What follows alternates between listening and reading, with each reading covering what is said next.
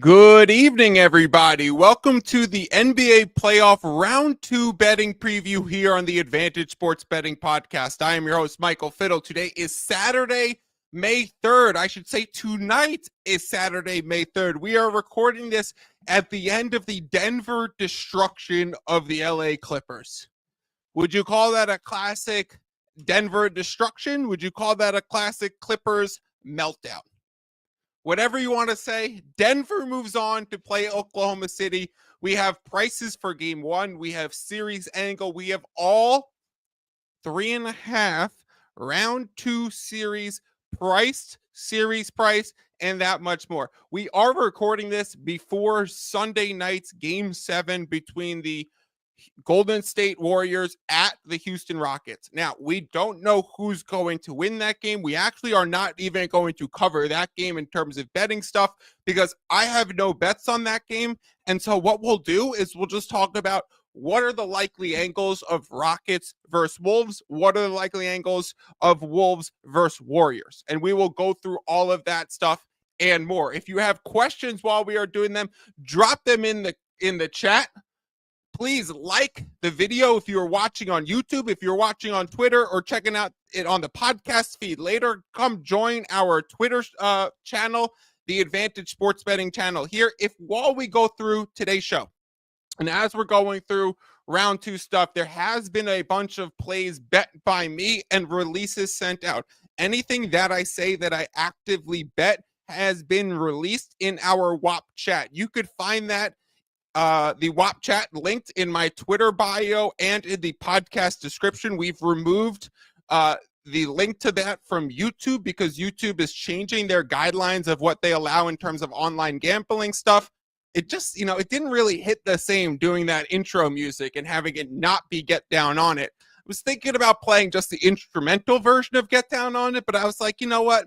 We don't want to, mess with YouTube stuff right now. So we will just get down on these bets, have some certain live angles and numbers that I think are certainly actionable, some stuff coming in, and so much more. So before we get started, let's do a quick round 1 review. What happened in the betting space in round 1? Personally, for us here at The Advantage, plus 3.3 units over the course of the about 2 weeks that round 1 was. So pretty standard.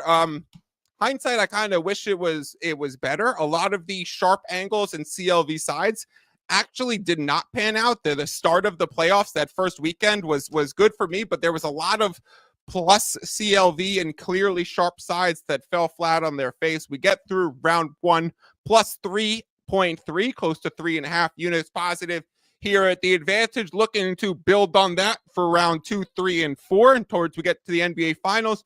What I talked about a lot during round 1 was the first round favorites betting system. That was when you had a 1 or a 2 seed in the first round of the playoffs, and they were a -4 or greater as a favorite. We called that a betting system called NBA first round favorites. In fact, not my system, something that I found on Action Network's Pro Systems. I backtracked, I back-tested, I studied and said, okay, this has a 22-year history now going back to 2003, where it had a 62% win rate and a 19% ROI. Let me shut up and nearly blindly play this moving forward.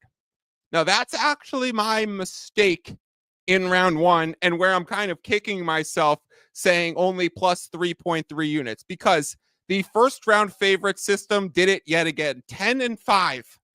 66.7% win rate and a 30% ROI. If you had blindly played all of the 1 or 2 seeds at close in any game where they were a -4 or greater ATS, this is how you would have done. Cavaliers in their 4-game series, you would have been 3-1. Celtics in their 5-game series, you would have been 3-2. In the Thunder in their 4-game series, you would have been 2-2.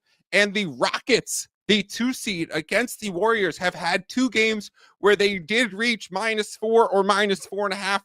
They covered both. So 10-5, 66.66666. We could stay here forever. Win rate, 30% ROI would have netted you plus 4.5 units if you were simply betting that. That's the crux of this, is that there were a lot of spots. Let's say Magic when Tatum missed, or Magic when Holiday was going to miss time, where the line moved sharply against the Celtics. And it was like, whoa. Or when Garland sat out for the Cavs and the line moved sharply towards the Heat, and it was like, whoa, what happens if you kind of strengthen the efficiency of this system by also tacking on line movement trends? And this year, that's something that I do when playing into the system. This year, it actually worked against you. So you literally just blindly playing the system is what the numbers and historical data tracks. And that 62% win rate and that 19% ROI will be improving as we get to next year. So that wraps up round one for us. If you were not in those, 1, 8, 2, 7 series, and you're like, how did I do betting 3, 6, and 4, 5s, or how did the betting market do? There was really no clear trend or thing that we can look back towards and say taking the dog was better, taking the favorite. It was pretty much 500. Overs and unders were pretty much 500 across the board. So CLV has been a good thing in the playoffs. Let's hope that we remain efficient. You already can see one play that I have highlighted on this screen. We are going to show the FanDuel odds screen as we go through round two. Every game that we have price and series. We do not have the Rockets and Warriors against the Minnesota Timberwolves, who are waiting for that winner of Game 7, but we will talk about what those series look like. SK says he's locked in. Batlin says he'll take Golden State in Game 7. And Taylor saying there's a 4-point middle in the total between DraftKings and FanDuel, and he was referencing that Oklahoma City Denver Nuggets. And if you wonder what took me a few extra minutes to get started, it was that 4-point middle existing, and we needed to make some actionable angles.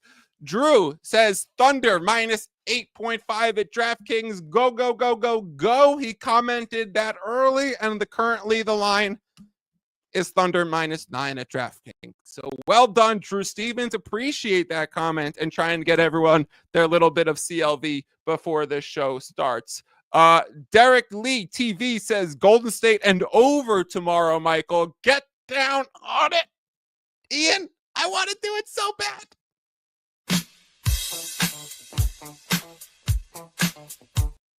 We can't really do it. They will get us a little 3 or 4 seconds of some get down on it can play. Thank you for being here, Derek. Let's get down on this second round betting preview. If there are better odds, I will be sure to point them out. We use FanDuel simply because it is a legalized and authorized sports gambling website. Hello, YouTube. They are a legal and authorized sports gambling website. We are not showing any illegal or unauthorized gambling websites. Also, because their blue interface matches our background beautifully. Let's get it started. The Indiana Pacers taking on the Cleveland Cavaliers. We are in Cleveland. Cleveland wins the first round 4-0 against the Miami Heat. Pacers win the first round 4-1 against the Milwaukee Bucks. Both favorites in their series and come ahead. If we look back at the regular season matchup data between these two, whether or not you value regular season matchup stuff in the playoffs, I do circumstantially, so we will be sure to point them out. In this one, I kind of throw it out. It was the Pacers being up 3-1 in their 4 games. The one game where the Cavaliers won, Halliburton actually wasn't playing. Halliburton would get hurt in the first game that they played, missed the second half, and then missed the second game. So if Halliburton's only playing for one half of the first 2 games, we should probably not overly count those games regardless of the results. One being Indy win, one being Cavs win. We look towards what happened in the subsequent 2 games these 2 teams played in their 4 matchups this season. Indiana won the last 2. They were April 10th and April 13th, I want to say. Very, very late in the season when the Cavaliers had the 1 seed secured and were not playing all of their guys. So really just tough to include a lot of the regular season matchup stuff heading into the playoffs. Let's talk about line movement for game one, line movement for the series prices so far.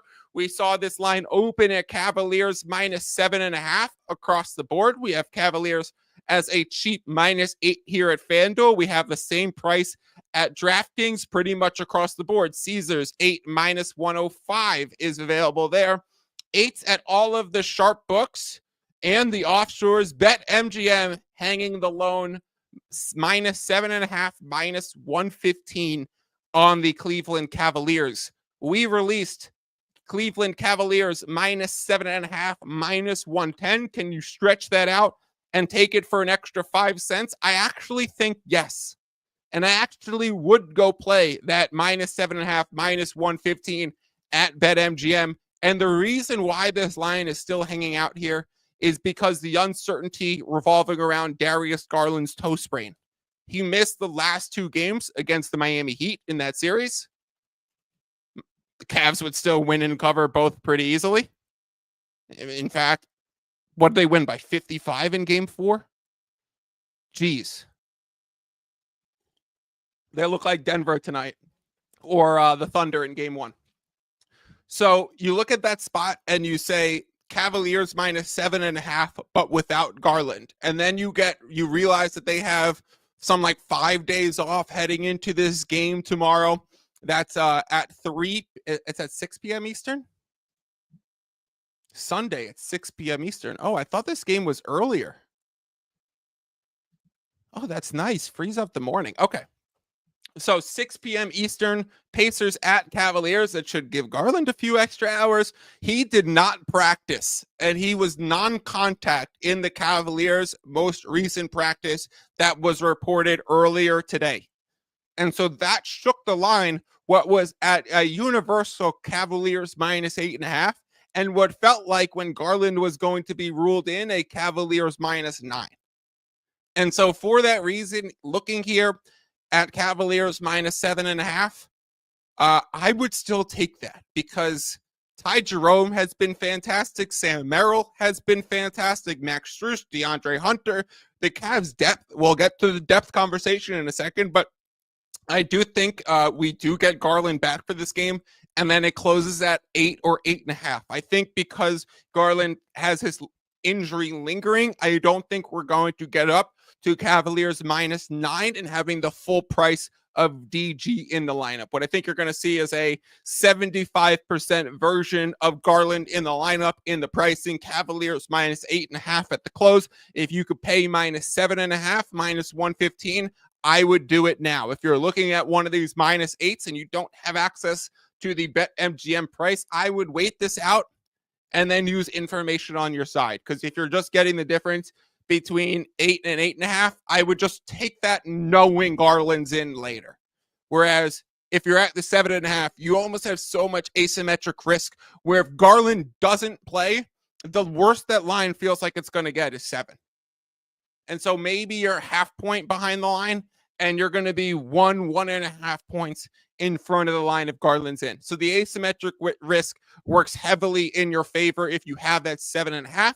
If you don't and you're looking at 8s, then you might as well wait because that equation changes. If you're predicting 8.5, maybe 9 as the close, maybe 7 without Garland, and you're sitting there at the 8 right now, I would wait on picking that up and play it later. But I will be on the Cavs in this spot. We already released Cavs 7.5, -110, and a chunk on the money line as well, -286 on the money line. So seeing it here, -335 and -8,108 makes me feel really good about those releases. The best one is over 226.5, released right when this series was determined. The first night these odds came out, this was a bet placed at MGM. Line was available 227 across the board. Came back to it the next morning and saw 229. I said, wait, what? I was not expecting to see 229, but I will take it. 229.4 is the number that we have as our model with regular season data with these two teams. Now, obviously, you need to change that a bit for the playoffs. You need to use playoff data. You need to narrow down for matchup specifics. You need to change that as you get into games 2, 3, 4, 5, 6. But in game 1, you have some of the strongest betting opportunities during a playoff series. And then also in game 3, you will see some of the strongest betting opportunities in a playoff series because of the venue change. So first, at game 1, you have potential rest, potential travel. In some of these series, we certainly will. Pacers, Cavaliers, these guys have been waiting. Maybe the Pacers played one day later, but you're still probably on 3 full days rest here that I would neutralize any rest factor in this Pacers Cavaliers spot. But you will see that in game 1s every time we get to a next round. And what you will see in game 3 is the first time that we have a venue change. So those angles become critically important for betting playoff series. And so game 1 has been an over spot and a Cavalier spot. Mike, would you still play this at over 229? Wow, that's a great question for whoever asked that. I'm looking at the rest of the board. Bookmaker up to 230. DraftKings, MGM, Caesars, 365, offshores, all at 229.5. How does the Garland injury affect the total? Probably not too much because the replacement option would be Sam Merrill and Ty Jerome. So Sam Merrill would be the starter. Ty Jerome would try to just play a few heavier minutes. He'd finally get above a 20-minute game for Ty Jerome, having a great season, but playing about 19 in every single game. Shout out the awards bettors and the awards races. Probably know that 20-minute threshold was certainly important for Ty Jerome this year. If Sam Merrill plays instead of Garland, you get a lot of three-point shooting and just as bad defensively, if not even worse. So I don't think you're going to see a plummet in the total. If anything, you will see it be probably pretty similar. I would consider taking that over 229 minus 112 at FanDuel. That's probably the cutoff point in which I would play it. I have no intentions of playing this back with my 3 points of CLV and having the room to make a positive Fiddle's middle and institute that with where it is in the market. We talk about this often. It is a sliding scale. The better that 3 points of CLV is equivalent to the small chance to hit the middle. If you had 4 points, 5 points, 6 points, the more CLV, the better that ticket is, the higher chance you have to hit the middle. Do you initiate that hedge, that playback? It's kind of a sliding scale. No, in this case, for me personally, over 226.5 will be riding on this game, Garland or not. And I could see getting myself down on a 229 if I was currently no bets whatsoever. So Cavaliers minus 7.5, minus 115. Over 229, probably still actionable, maybe half units in both directions. If you miss getting the best of the number, I would reduce the exposure a little bit, because if you're still making that bet and in the same direction, you just don't simply have the same value obtained as having that 226.5. Obviously, that makes sense. 227, 228, 229 becomes wins for me. They become ties or losses for anyone betting now. You simply have more wiggle room, more value obtained. And for that reason, your exposure should be higher. If we're looking at the basketball matchup between Pacers and Cavaliers, don't overly want to talk about too many basketball angles in this. Really want to just focus on the betting stuff and how the markets are moving and what's actionable. I understand this is a Saturday night show. This is going to be a Sunday afternoon game, and then the rest of this will be taking Monday. There will be a ton of other NBA pods out there breaking down the basketball, the nuance, the reaction, the forecasting and stuff. What we do here better than anyone else is the gambling, the market moves, the actionable spots, where our bets have been, why these numbers are moving the way they are, and where they might close. And I'll go a step further. That's by far the most valuable betting information. So, yes, we can hit the basketball angles. We could tell you that the Cavaliers' #1 offense, regular season and playoffs. Great team at shooting 3-pointers. Can play a bunch of shooters with one big as a pick and roll man. Can use Mobley as that linchpin to hang at their nail for a lot of actions too. On the flip side, the Pacers really like to defend the three-point line, and they like to space it out too. So who's going to win the big matchups between Turner and Siakam or Jared Allen and Evan Mobley? Who's going to win the bench minutes between Ty Jerome, DeAndre Hunter, Sam Merrill, and those guys, or Obi Toppin, TJ McConnell, and the guys that the Pacers have?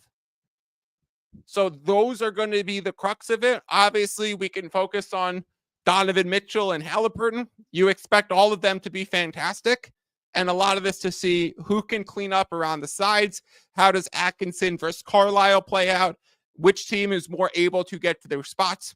And if things continue the way they seem to, if you're using basketball metrics and advanced analytics, you would think that the Cavaliers' three-point shooting and strength on defense on the interior should be a winning point for them. And I do believe their depth is a bit better than the Indiana Pacers as well. We are going to skip this Warriors-Rockets Game 7. I truly have no bets on it. I truly don't have much of an opinion on it. I'm fucking excited to watch it. Let's move on to the Knicks versus the Boston Celtics in Boston. Line 8.5 and 213 in the total. I can't wait to talk about the total and Celtics Knicks. FanDuel, you done fucked up. And we got you.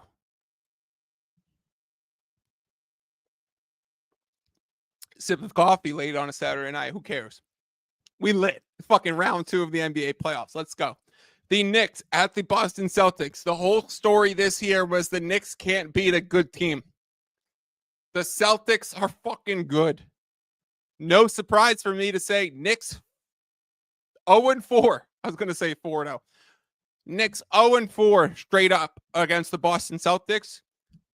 3-0-1 for the Celtics in covering the spread. The lone one where the Knicks pushed on the closing line was a Brunson meaningless 3 at the end to bring it down to like a 2 or 3 point game. It became one of those, if you grabbed either side at best available price, you won, Knicks or Celtics. The Celtics would end up winning the game and pushing on the closing line because of a late Brunson 3. How does this matchup play out? Let's hit that first, and then we will go into the way these odds are moving and what the bets is and what the fuck happened in the total for Knicks Celtics. Okay, so matchup angles. The Celtics are so good at matchup hunting. They're so switchable.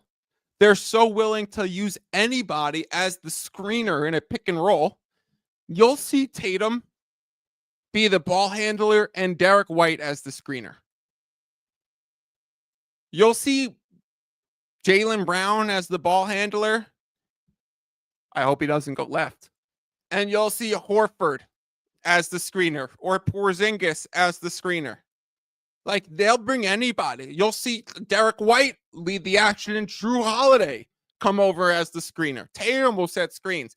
It is ridiculous. And so for that reason, the Celtics can get the Knicks in a spot where Brunson is the main defender, and then they bring Karl Anthony Towns in the pick and roll.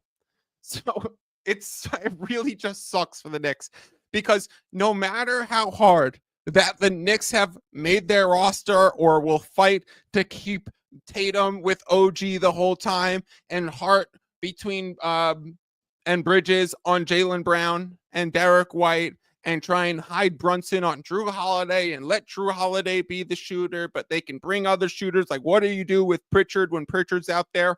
Like, it is so difficult. And no matter if the Knicks do a great job at that, you'll get Pritchard and fucking Porzingis in pick and rolls, manipulating Brunson and Cat, making them try and communicate defensively, where you know the Knicks cannot play Mitchell Robinson in lineups with Karl Anthony Towns in this series.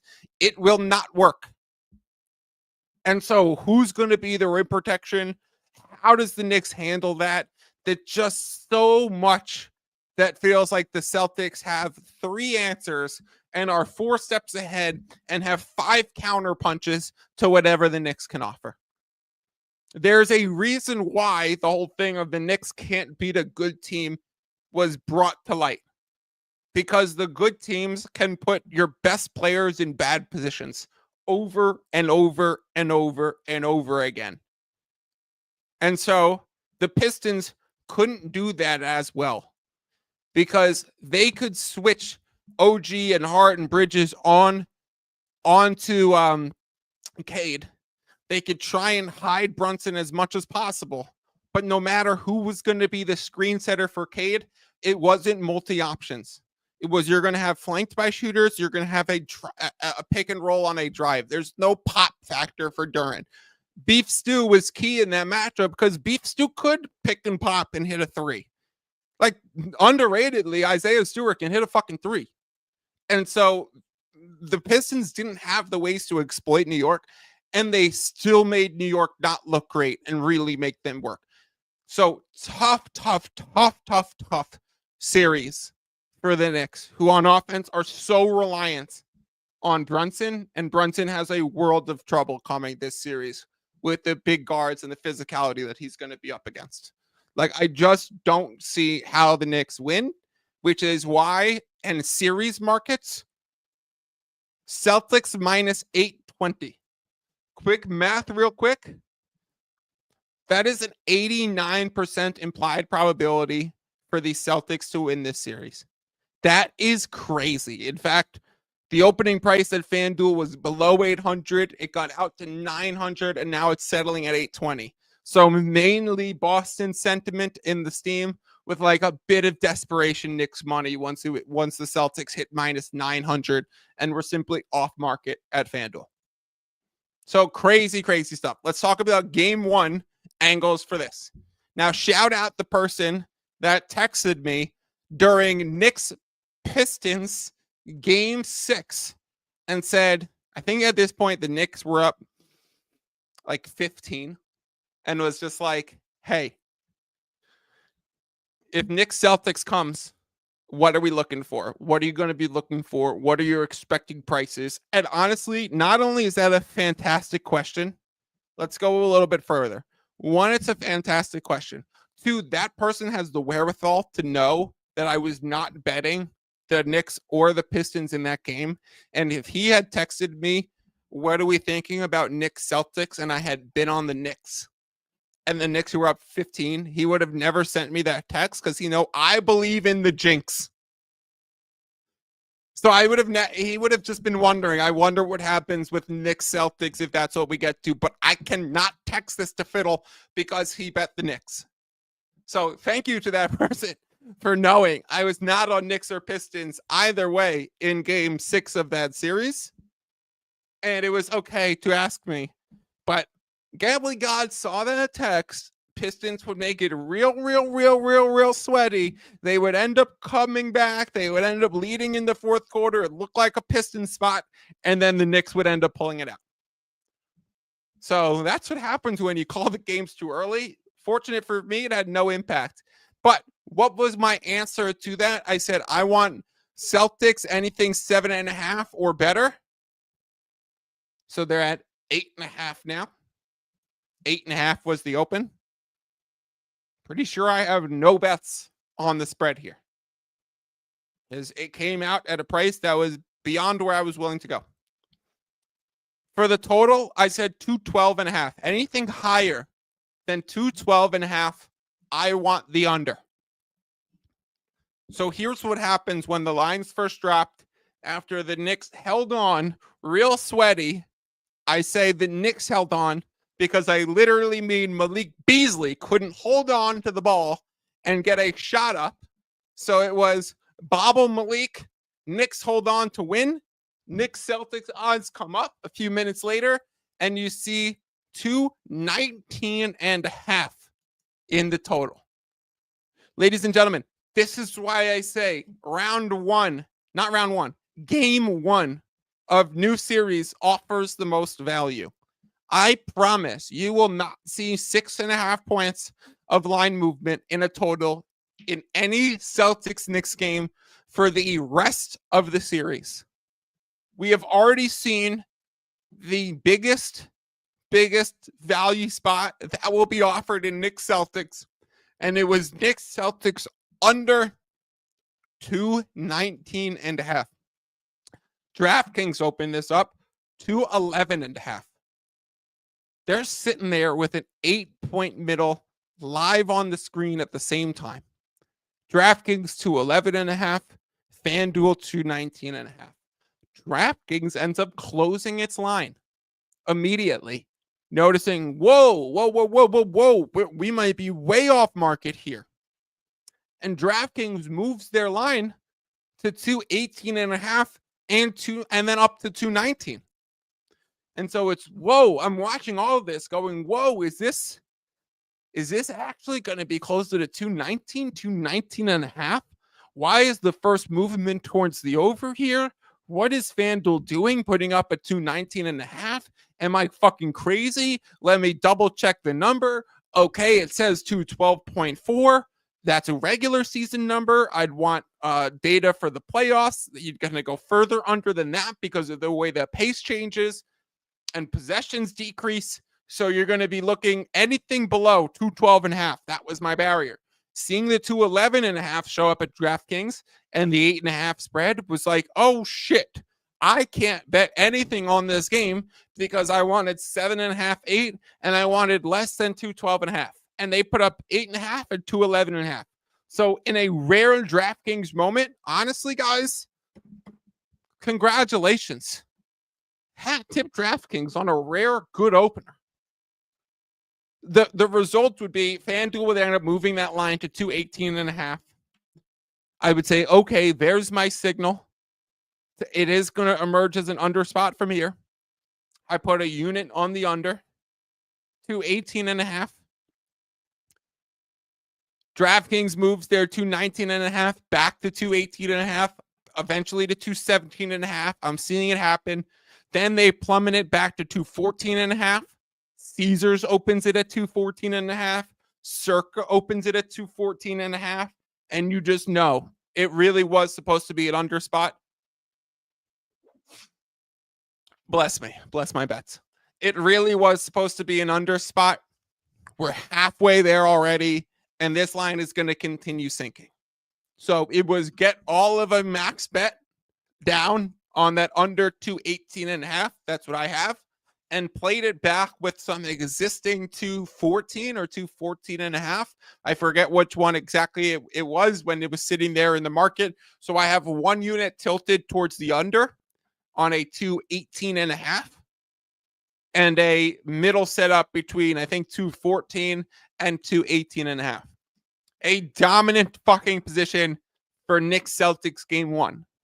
Now, because I said I had this at 212.4, and because we can look at this and see 213 minus 108 available at DraftKings and 213s across the board, Circa at 212.5, Offshores at 212.5, my 212.4 with further subjections towards the under, I would still play the under 213 minus 108 towards the under.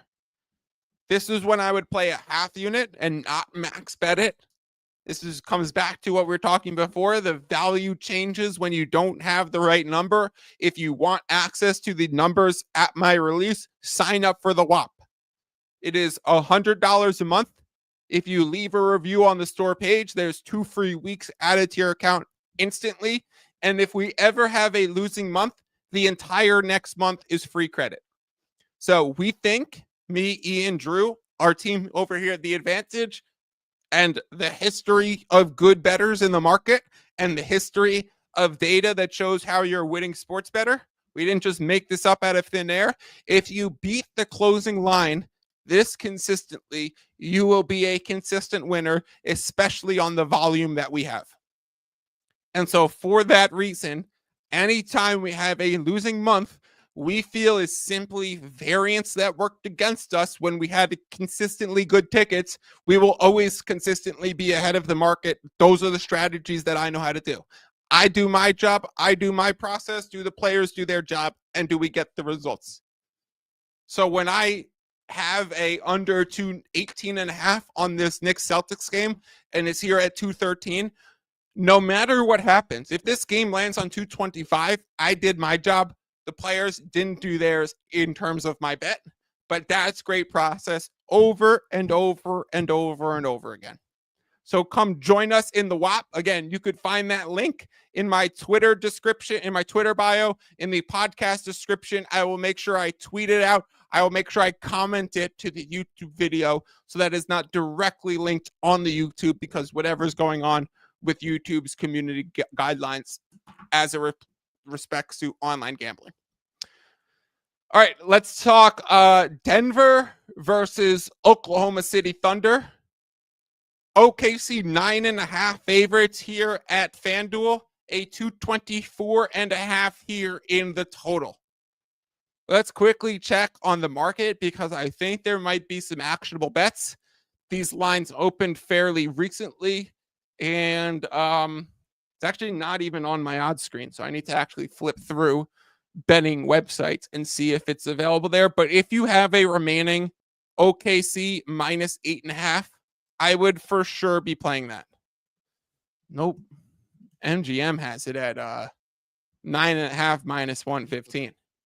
The only bad part about the playoffs, and if I worked for a odd screen company, I would have it pre-populated with the potential next series so that the lines show immediately. Because right now they're just not even there. Like the game's not even going to take place. Also 9.5. Okay. You can consider betting OKC minus 9 at DraftKings. If you like OKC, I would say even if you didn't like OKC minus 8.5 would have resoundingly been a good price, where I would have said, suck it up, fuck your opinion, go bet OKC minus 8.5. If you just are like, yeah, I do like OKC, but I'm not sure how I feel about this game, I still think OKC minus 9 at DraftKings is still worth it. OKC dominates the matchup metrics. Yes, they were 2-2 in their heads-up series throughout the regular season. When it comes to the way you expect this to translate to the playoffs, when it comes to rest, travel, and all those advantages, when it comes to the coaching advantages, as Adelman just finished his 10th game ever at the helm of the Denver Nuggets. He has been very impressive, going 3-0 to close the regular season, and then beating Ty Lue in a 7-game series. Like, shouts out David Adelman.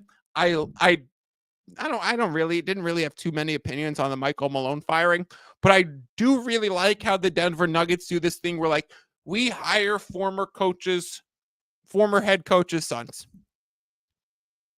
They believe in the Shadur Sanders model of quarterbacking. Michael Malone was the son of a great coach. David Adelman was the son of Rick Adelman. Also on their staff is Ryan Saunders, son of Flip Saunders. Yeah, I just saw Ian's eyes light up. Like, no way. They have Ryan Saunders, former head coach of the Minnesota Timberwolves. Yes. Flip Saunders' kid, Rick Adelman's kid, are now on the coaching staff of the Denver Nuggets, previously coached by Michael Malone, also a son of a 30-year NBA coach in various assistants and some head coaching gigs. So, let's look at this spot. It is going to be Monday night in OKC. The last time OKC played Memphis was April 30th. Then they go home that night from Memphis, and this game is going to be on May 5th. The Nuggets have played 3 games since then, all super high intensity, all with travel spots, and now they have to travel to OKC after a Saturday night game 7, which maybe they stay in Denver for one day and then go to OKC tomorrow. That's probably what happens. This is a brutal fucking spot for the Denver Nuggets. This is a schedule loss in the playoffs type of spot for the Denver Nuggets. If you want to do the whole rest versus rust thing, sure. Like, I always think the whole rest first rust thing is really used in hindsight once you already know the results. Like, we say rusty if OKC comes out flat. We say rest if OKC comes out thunderous and Denver comes out flat. Like, we're going to use these terms to go back in time and describe what happened and always be right. It's the same concept of a lean. Oh, I lean towards the Houston Rockets tomorrow. Houston wins. I could come back and say, flex on these bitches. Houston won. Or I could say, Golden State won. Good thing it was only a lean. I didn't actually bet it. Like, it's bullshit. The same thing with rest versus rust. Or as Taylor says, as fitting as it is to Denver, I think this is fucking great. Rest versus rust with Russell Westbrook back in OKC. That's going to be a good one. For Russ to take out Russ didn't take out the Clippers, but for Russ to be part of the team that took out the Clippers, and now for Russ to go up against OKC, the story is going to write itself in some regard. I think Russ comes out a little bit under-rested and sees Lou Dort and Alex Caruso and Cason Wallace and SGA and J-Dub on him. And Russ goes back to inefficient. This guy kind of fucking sucks. And it's the whole Russell Westbrook is great people chiming from one corner and Russell Westbrook is terrible. And no in between. It is black and white with no gray area. I'm kind of a person that feels some of the gray area exists and that there are some great things that Russ does. And I'm not over dramatic, which fits par for the course with how I operate in these basketball things. But let's talk about the game one pricing. Let's talk about the total. Let's talk about the series. And then let's move on to Minnesota's stuff. And then let's get the fuck out of here. It opens as a 8.5 point spread and quickly moves to 9.5, 9.5 minus 112. I love OKC game one. FanDuel opens the line 226.5. DraftKings opens it 225.5. DraftKings would move it to 224.5. Okay, is there an under sentiment coming into the market in game one? If that's the first way that this is moving, and the line that's moving under also wasn't the highest on the board, just coming back to consensus. This is a line move from DraftKings 225.5 down to 224.5. Then they would plummet down to 222. Just like that, like nothing else. Like, boom, it was there. So then there's a 4.5 point middle, and Caesars opens it up, or Caesars has the line. First time I saw it, 221.5. 5 point middle is sitting there between Caesars and FanDuel. 4.5 between DraftKings and FanDuel. When you see those middles, you have to act so fast. It's not a waiting game. It's not an evaluating game. It's not what do I do. If you wait and you're considering any of that and you're asking yourselves any questions, you're too late. You're going to miss it. You have to act immediately. So I only saw the DraftKings and the FanDuel middle. Honestly, I saw it because Taylor commented it. Like, I was getting ready to start the show. Taylor comments right before we start. 4 point middle in the total between DraftKings and FanDuel right now. Now, I have the wherewithal to know how these things were moving because I had it up on the other screen. And I had the wherewithal to know what he was talking about because clearly we're going to be talking about the game that just happened is just being priced, right? Like, rarely, unless there's crazy news, would there be a 4 point middle between Knicks and Celtics all of a sudden, right? So I knew it was Nuggets Thunder. So Taylor, shout out. Thank you. I really appreciate it. You were like, holy shit. I said it to Ian right before we were going to go live. Hold on. 4 point middle. I go find it at DraftKings and FanDuel. I have to act immediately. By the time I got it, it was 3.5 points. So I didn't get the full 4.5 points. I didn't get the 5 points that were there. I never even saw the 5 points that was there before I had my bets in, which included a max position already. So I was like, I got mine at 3.5 points. I'm good where my position is for this middle. If I could add on and I could, take another max bet at a certain book, I would have. It was literally just my positions are in and where these lines are currently available. So even if you don't get the best of it, like make sure you get some of it, because I'm still certainly happy that I got some of it. And I could pull up these Caesars lines and see it at 223.5 now. So the Caesars line came up 2 points. The DraftKings line came up 1 point. The FanDuel line came down 2 points. And so I'm sitting on a 222 and a 225.5. And neither of those numbers exist anymore. Slight tilt towards the under as the main position here. If you are still looking at this game, I really want that OKC minus 8.5 or 9. And I would consider playing that under 224.5 here at FanDuel. I just think this schedule spot is going to be brutal for Denver. OKC has the double bigs to throw at Jokic that gives Jokic trouble. You even saw the Clippers try and do the pseudo double big by at least letting Harden or Batum, and I'm not calling Harden or Batum bigs, but I'm just saying put someone on Jokic first and have the help defense big waiting. Have the rim protector big waiting. Have Zubac waiting to slide over. You saw Chris Dunn checking Jokic. Derek Jones Jr. checking Jokic when he was at the nail, and then the other big. So expect that to be Chet. Oh, man, I hope Chet is alive at the end of the series. Chet might get eaten by the dinosaur called a Yokosaurus. Chet might get eaten this series. But unless, do you think, honestly, Dagnall Wrinkle, I'm just thinking about this now. I wish I could call Dagnall and be like, what are you thinking for this series? Let's talk X's and O's. Maybe you play Hartenstein on Jokic and have Chet as your slide over rim protector, because he's a great rim. Like, you could do it either way. Maybe you mix and match it so you divide the blows, right? Maybe it's Hartenstein taking him sometimes, Chet taking him other times, Big J Will taking him at when J Will's on the court. So interesting. Like OKC should have a lot of looks for that to throw at Jokic.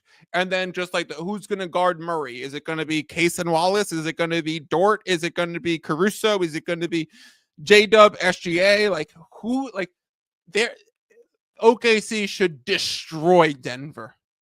Like I think this is OKC in 4 or 5. And if you look at the series pricing, they are the biggest favorite in game 1. They are the biggest favorite in the series. Minus 900, a 90% chance to win the series. OKC home against Denver to start it out. Boston minus 820, Cavaliers minus 500. I will say it does kind of suck that none of these second round series should be that close, because I do love, like, second round NBA basketball is my favorite of any time, because we get the perfect combination of the right volume of games, like 2 games on every night, every other day. So like you get the series moving fast and 2 games every night. I hate when it slows down and I get 1 a night or 1 every other night, or like a 3-day break between games 2 and 3 in the finals. That shit sucks. I want more hoops. WNBA basketball 10 days away. Let's go. We need that. But 2 games each night, second round of the NBA playoffs is the best amount of basketball, highest level of competition, and amazing competitive series, because generally in the first round you get some duds. But for this one to be shaped out like the second round is going to be a little bit of some dud series, kind of sucks. The best series that we're going to get in terms of the closest in terms of series pricing and spreads game to game, we'll see how the series play out and what's actually the closest. But Minnesota versus Rockets or Golden State is going to be the closest priced series that we see. I do feel like Minnesota is going to be the favorite regardless of who they play. We can remove the FanDuel screen because we don't have any Minnesota versus Rockets or Warriors odds. So what I think is that we will see Minnesota likely as a favorite, certainly against the Warriors with home court advantage, and likely against the Rockets, because despite the Rockets having home court advantage, they've just been disrespected a little bit in the playoff pricing, and I don't think that is going to drastically change between round 1 and round 2. So, Wolves, how have they done against these matchups? They are 2-2 against the Houston Rockets. Now, I'm sure everyone thinks, oh, Houston versus Minnesota is probably some fucking dog fight unders. Who the fuck is going to score in a Houston versus Minnesota series? 2-2 regular season. You ready for this shocker? I hope I just set it up nicely. 4-0 at close to the over. Why would that be? Windy fingers, why would they do that? Why would it be that Houston and Minnesota consistently goes over the total?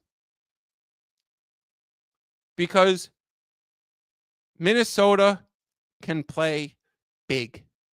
Why did the Lakers try and play small? They tried to negate their weakness, not having a center, and exploit the Minnesota Timberwolves by playing small. And it turned out Gobert, Julius Randle, and Naz Reid had fucking incredible series and were critical to the Wolves winning. Now you go up against the Rockets and you say, what's been key for the Rockets in this series? The double big lineups with Steven Adams. Steven Adams plus minus right now is like a plus, he's either plus 59 or plus 51 in his series plus minus, which is, I think, the biggest of any player in that series and might be the biggest of any player in any round one series. Steven Adams has been a linchpin of the Houston Rockets' success because they're playing big, because the Warriors can't really match that. So you have the Wolves and the Rockets both going big. Now, what happens when these teams match up? You do not see Steven Adams. You see way more Jabari Smith. You see way more Tari Eason. And so those guys are going to be critical for this series. So we will see how the pricing comes out. We will see how the market moves. Maybe I could do a little short video or maybe do some writing on when we get the actual series. But Jabari Smith props in game one. If we get Rockets at Wolves at Rockets rather, Jabari Smith looks in game one has to be the way that we go. Probably some plays side and total because there are great opportunities in game one of series. And we'll see the way these prices come out. I am not going to let you guys know what exact price I'm hoping for.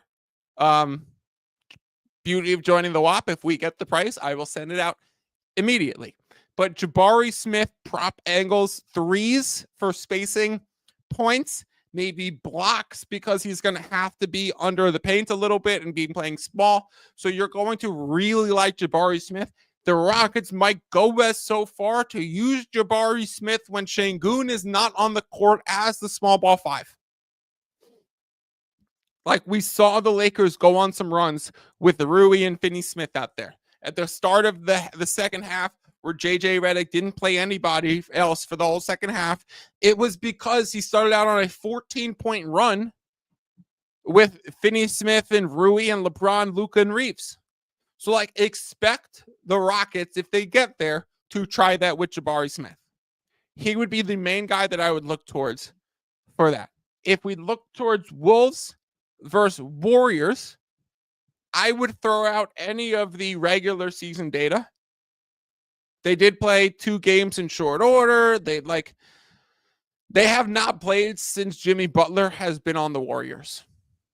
And so for that reason, we're seeing a completely different element added to the Warriors, a ratchet up of their defense, mainly on the perimeter, an extra look to throw at Anthony Edwards. And so a lot of reasons why I'm not going to overly use those round one angles or regular season angles for a potential Wolves-Warriors matchup. But if we get there, the Wolves will be home. They would not be home against the Rockets. Game 7 is in Houston. So if the Warriors win, then we get a game 1 in Minnesota with massive rest and travel advantage Wolves. That doesn't exist as much as if we are in Houston, because the Rockets will have home court and it will be Wolves going to Rockets. It'll be rest advantage Wolves, but travel advantage Rockets. Those will both be working against the Warriors if the Warriors come out of game 7. So I would be looking for Wolves in game 1 if they played against the Warriors. Otherwise, I'm pretty much just looking market angles, matchup angles, prop angles, hoping to get a good price, potentially trying to set up any middle, not trying to sucker myself and saying a Wolves Rocket spot has to be an under, because that's not the case. So I might even expect a bunch of under movement at the start. I might want to fade that. That's kind of how we're looking at this. Again, we have Cavaliers versus Pacers. It is a Cavaliers and an over spot. We have Knicks and Celtics. It is a Celtics and a huge under spot. I would still play the under 213 for half a unit. It is a huge OKC spot and a slight under spot. And whether or not we get Wolves Warriors or Wolves Rockets, Wolves Warriors likely becomes a huge game 1 Wolves spot. Do we have any pressing questions? I think that's pretty good. Thank you to anyone who joined me on a Saturday night live stream. I said before the playoffs started, we were going to have some weird stream times for the playoffs. I wasn't sure when, and I'm still not sure when moving forward. I will make sure everyone is aware. I'm probably going to do something before a lot of these game 2s and definitely before game 3s. And then we will see how the rest of it plays out. Once the WNBA season starts, we will find times again to start doing regular shows where we pair the NBA playoff game to do first with, okay, we have 3 NBA games to go over. Riley says, no, thank you, sir. B-Man says, thanks, good show. I appreciate all you guys for being here. Please drop a like on the YouTube if you're watching it there. Please subscribe to our channel. If you're watching on Twitter, please drop a like or drop a comment on the Twitter stream. Come join us in the WAP so you can get access to all of the picks in real time. We have people also capping tennis. We have Drew putting in MLB plays. I've even seen some F1 plays in the WAP. There's a community chat and there's a community best bets. So a lot of people are using these sharp strategies in terms of getting ahead of the market as the priority to other sports. We will be adding on WNBA soon, so we expect the volume not really to die down as we get to the summer. Thank you to Ian in the back, as always. Thanks to Bronny for not barking during the stream. And some words from Patrick Beverly as we say, peace out. And y'all subscribe to my podcast while you're asking all these questions. Y'all subscribe to my podcast while y'all asking all these questions. Don't forget to subscribe to the pod. And if you're a kid, listen to your parents. Listen to your parents. Listen to your parents. Subscribe to the pod. Subscribe.